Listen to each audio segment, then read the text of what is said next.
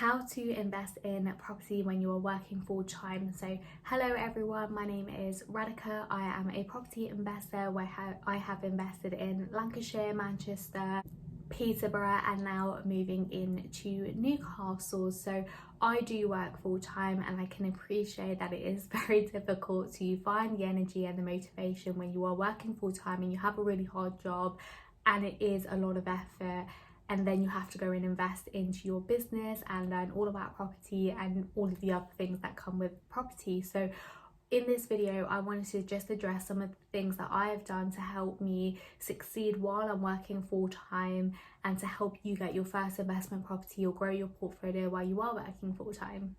One of the key benefits for you working full-time is, one, you already have structure in your day. Two, you are mortgageable because you essentially can get a mortgage because you are working full-time and can prove that you're getting income in every single week or every single month, however you get paid. The third thing is, you might not necessarily need the cash because you're already getting income from your job, so you can actually reinvest that money and essentially grow your portfolio more because you have more income that you can essentially give away instead of spending that income or using it on something else. One of the key things I have to say is you have to be consistent and you have to keep putting in the effort. There's no point of you putting in an hour here and an hour there, and then maybe in 2 weeks putting an hour here, there and everywhere. You've got to be consistent, even if that means putting in less time. So even if you do 30 minutes an hour every single day, 5 times a week, or even on a Saturday you spend 2 hours that is dedicated every single week or every single day, that will pay off rather than you spending an hour here and an hour there and an hour everywhere else. The next thing that I want to talk about is scheduling in time every single week before you get to that week. So on a Sunday or a Saturday, just schedule in time when you have free time. So even if you know you're working 9 to 5 or whatever your working hours are, that is just a no-go area. I wouldn't even recommend, especially if you're working from home, I wouldn't even recommend you scheduling property in your lunchtime, because I want you to go away and use that to go for a walk or do some exercise or just take a break from everything else. Because if you are stressed in your work or your job and then you focus on property, that is just not going to go well together, and then that stress that you'll take into your job, and that can lead to other things. So just make sure that you are putting in 100% energy into your job. So that leaves the morning or the evening for most people if you are working 9 to 5 or plus or minus half an hour in that. So either in the morning or the evening, set yourself time that you can dedicate. If you are playing sports or have other activities that you are doing in the evening, just don't schedule it in because you're just not going to do it. If you know you have free time on Monday, Tuesday, Thursday and Saturday, use those full days and schedule in time for those full days, however much time you want to do. If you have an hour free, just make sure you're not over scheduling in it. So say for example you have 2 hours that you're free, but you can't do it every single week because it's not sustainable, then only schedule in an hour, because I promise you will use that hour so much better than scheduling 2 hours. By the way, everything that I say is changeable. Like, it's not everything legitimately that I say. If you have 2 hours that you are genuinely free and you can dedicate to property, then do so. Like, don't just over schedule in time because you think you're free. You have to be consistent. So making sure that you dedicate that 1 hour, 2 hours or whatever it is to property will help you get so much further than scheduling 5 hours, for example, knowing that you're probably not going to be free every single week for 5 hours. Part 2 to scheduling in time is knowing what you're actually going to do in that specific time and scheduling specific activities for you. There's no point in saying, oh, I'm just going to use this hour for property. You need to be very specific because you are very time poor and you are time limited. So everything that goes into your diary needs to be allocated to a certain activity or certain 2 activities. So with that being said, I was told to read the 12-year week, which has changed my life. It's essentially getting all of your goals that you're supposed to do in a year into 12 weeks, and it tells you how to dedicate your time. So please go and read that book, which will help you understand what you actually need to do. And I'm just going to give a few examples. This is not for you to actually do yourself, just here's a few examples. So on a Monday, if I have an hour that I've dedicated between 6 and 7, I would essentially do due diligence on a property or a specific area or something like that. That's what my Mondays are scheduled for. On Tuesdays, I could do it about raising finance.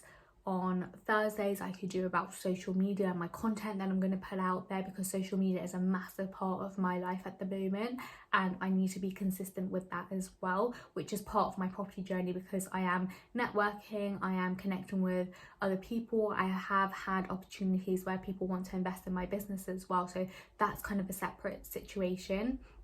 Then on Fridays or Saturdays, I would essentially keep on top of all of the paperwork, making sure my accounts are okay, making sure that I've spoken to my mortgage broker, I've spoken to my solicitor, etc. Obviously you can't do that on a Saturday, so make sure that you do that on a Friday if that is the case. Now you can go more specific into things as well, especially when you're starting out, because you're kind of all over the place. So I would say dedicate 30 minutes or 45 minutes, an hour, whatever it is, on a particular niche within a property. So due diligence, going into a specific area. Are you just going to look at comparables for 20 minutes? Are you going to look at rental comparables for 20 minutes? Are you going to look at refurbs, etc.? Are you going to look at other people's properties, etc.? So just be very specific on what you're doing in your time.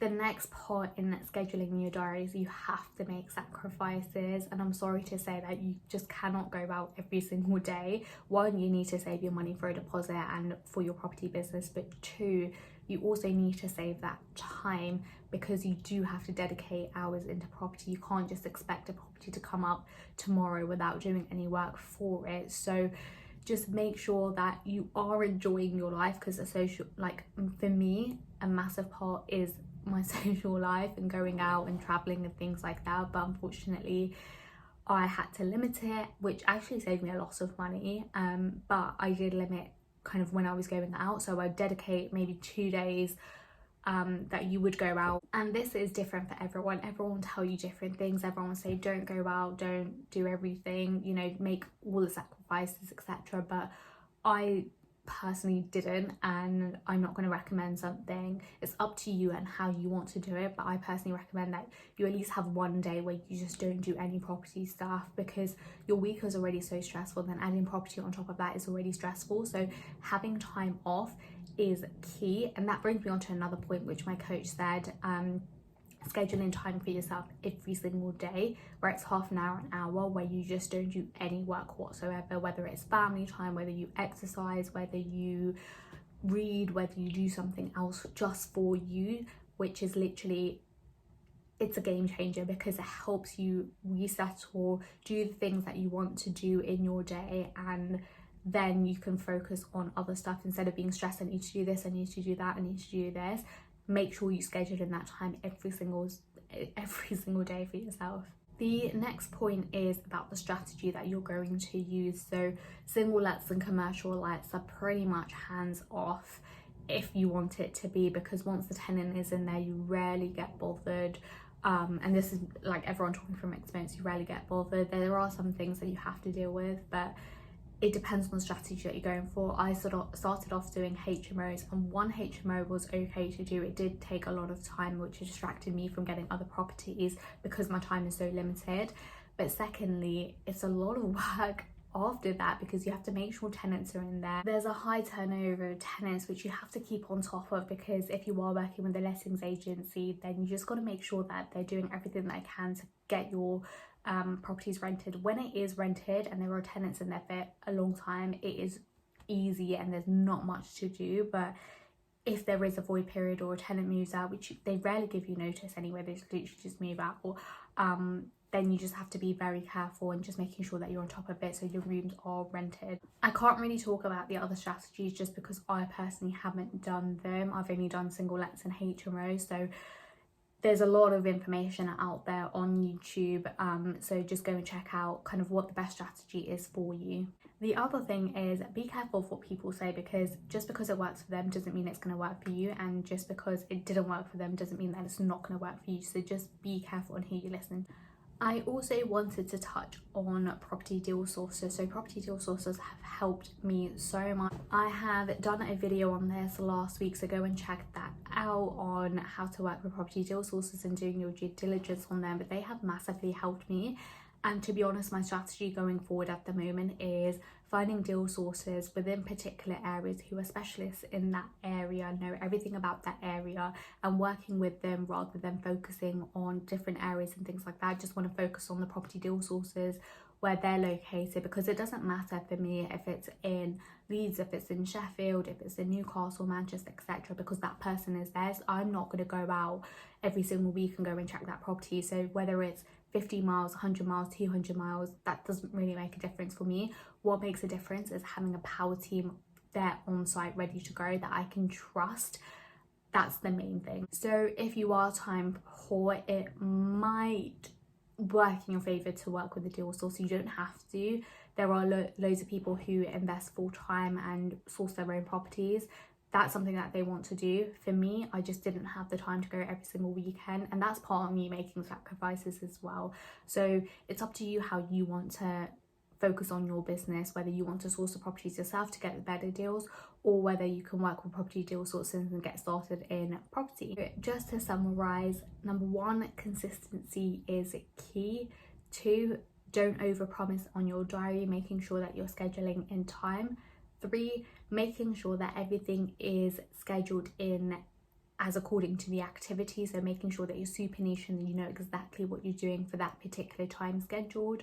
4, make sacrifices but don't over sacrifice. Still have time to go out once a week, spend time with your family, do the things that you want to do still in life. Working with deal sources, if that is something that is interesting for you, but go and do your research on that particular niche. I'm not going to focus that on this video. And is focusing on strategies that you think will really add value to you when you are time poor and you are investing away from you. I hope you enjoyed that video, and I will catch you in the next video. If you aren't already subscribed to this channel, please go and hit that subscribe.